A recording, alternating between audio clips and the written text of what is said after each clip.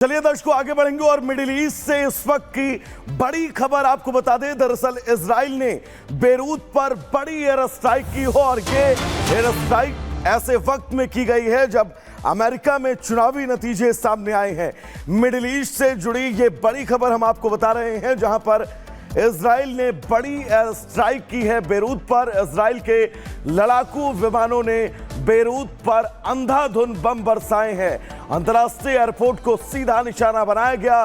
तेज धमाकों से पूरा इलाका दहल उठा है और ये वो विध्वंसक तस्वीर बेरूत के सरजमी पर इजरायली एयर स्ट्राइक के बीच कैसी तस्वीरें सामने आई, ये हम आपको आपकी टीवी स्क्रीन पर दिखा रहे हैं। दरअसल इजराइल ने ये बेरूत पर बड़ी एयर स्ट्राइक की है और इस एयर स्ट्राइक के बीच तस्वीरें कैसी थी, वहां के हालात कैसे थे, इन तस्वीरों के जरिए आप समझ सकते हैं।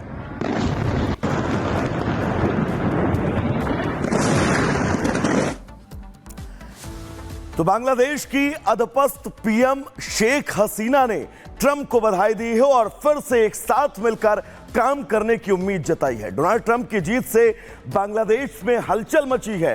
अंतरिम सरकार के मुखिया मोहम्मद यूनुस टेंशन में बताए जा रहे हैं। बड़ा सवाल यह है कि क्या शेख हसीना की बांग्लादेश में कानूनन प्रधानमंत्री हैं? क्या ट्रंप हसीना को इंसाफ दिलवाएंगे? इस रिपोर्ट में आपको पूरी खबर विस्तार से बताते हैं।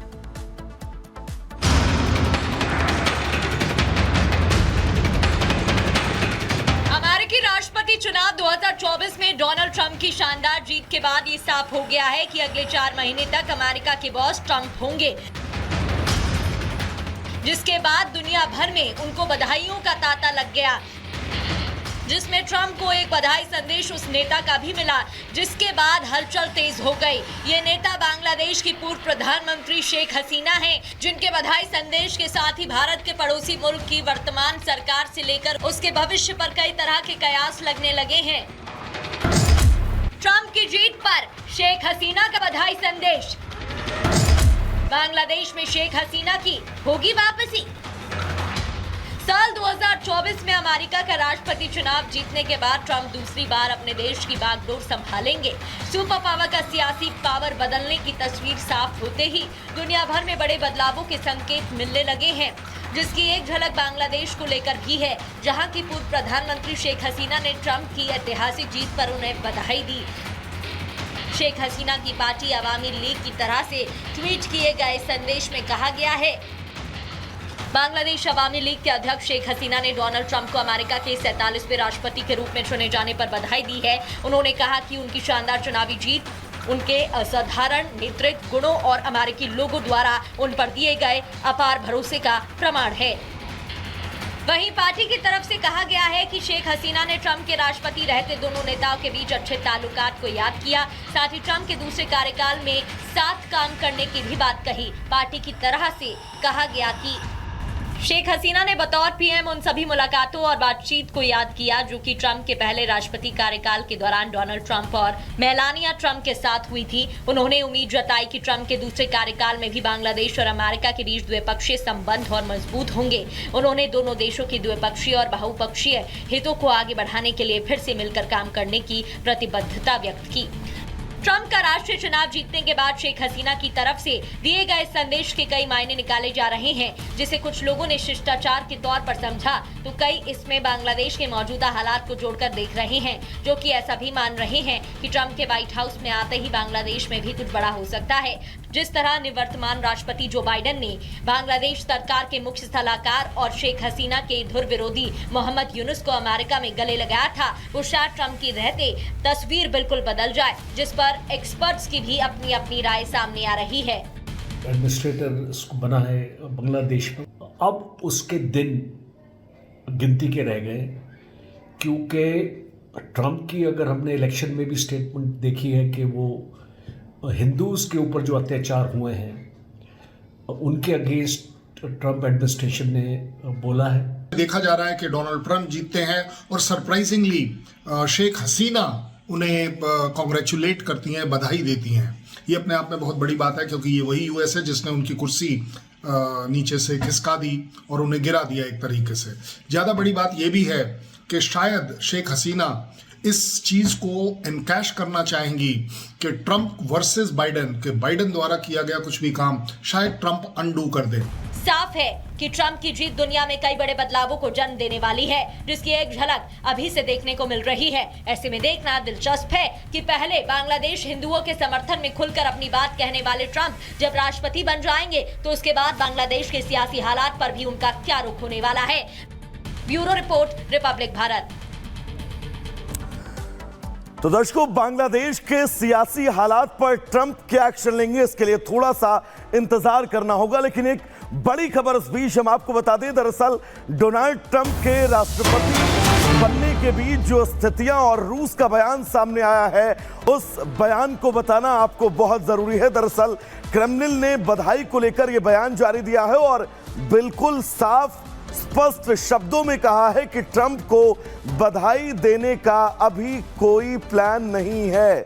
पुतिन ने ट्रंप को अभी तक बधाई नहीं दी है और क्रेमलिन ने आधिकारिक बयान में यह कहा है कि ट्रंप को बधाई देने की कोई योजना ही नहीं बनाई गई है।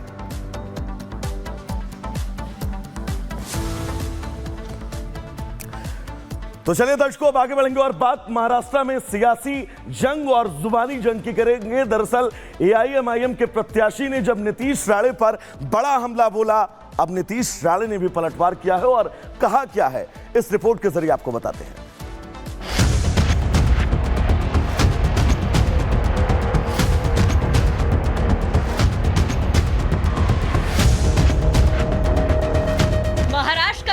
जैसे जैसे करीब आ रहा है वैसे वैसे चुनावी तापमान बढ़ता जा रहा है। बयानों के तीर भी खूब चल रहे हैं। आरोप प्रत्यारोप का दौर भी तीखा हो चला है। औरंगाबाद सेंट्रल से एआईएमआईएम उम्मीदवार नासिर सिद्दीकी और बीजेपी नेता नीतीश राणे के बीच भी तीखी बयानबाजी हो रही है। नासिर सिद्दीकी ने नीतीश राणे को धमकाते हुए उनकी तुलना पेप्सी के बोतल से कर दी थी। 5 फीट 5 रुपए वाला एक पेप्सी, वो कहता है कि मस्जिद में घुसकर मारेंगे। इतनी हिम्मतें बढ़ गई है इनकी।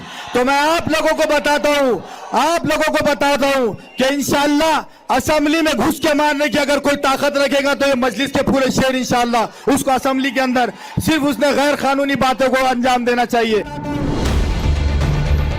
नासिर सिद्दीकी की धमकी के बाद अब नीतीश राणे की तरफ से भी बयान आया है।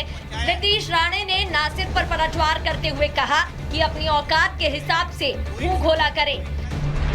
स्वप्नात पण येऊन नीतीश राणे तुला नागडा करून मारे।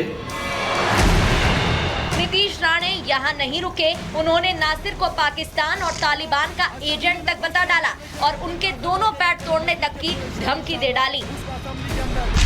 पाकिस्तानच्या आणि तालिबानच्या एजंट लोकांनी आम्हाच्यावर वाकड्या नजरेने बघितलं ना, तो 2 पायावर परत घरी जाणार नाही। महाराष्ट्र के चुनाव से पहले जिस तरह की बयानबाजी हो रही है, उससे एक बात तो साफ है कि अभी ये मामला और तीखा होने वाला है। अब देखने वाली बात यह है कि इन दोनों नेताओं की तरफ से आगे क्या कुछ प्रतिक्रियाएं सामने आती हैं। Bureau report, Republic Bharat.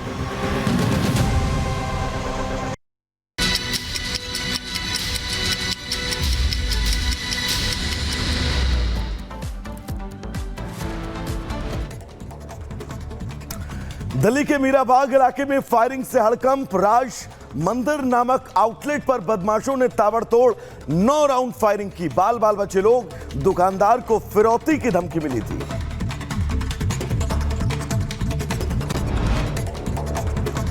पश्चिम बिहार के शावला में बदमाशों ने की अंधाधुंध फायरिंग। मारुति के वर्कशॉप पर घुसकर कई राउंड फायरिंग। सीसीटीवी में कैद हुए शूटर।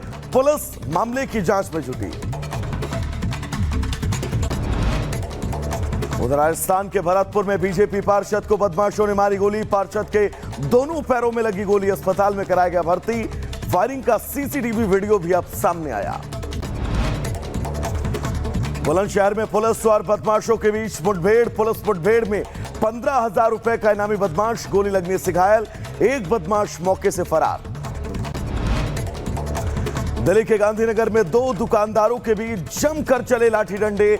सेल्समैन को काम पर रखने को लेकर भिड़ंत। केस दर्ज, जांच शुरू।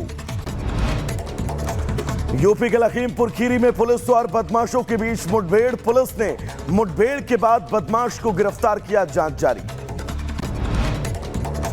उत्तराखंड के पौड़ी में युवती की अश्लील फोटो वायरल करने वाला आरोपी गिरफ्तार। बदनामी के डर से घर से भागी पीड़िता को कोटद्वार से पुलिस ने बरामद किया।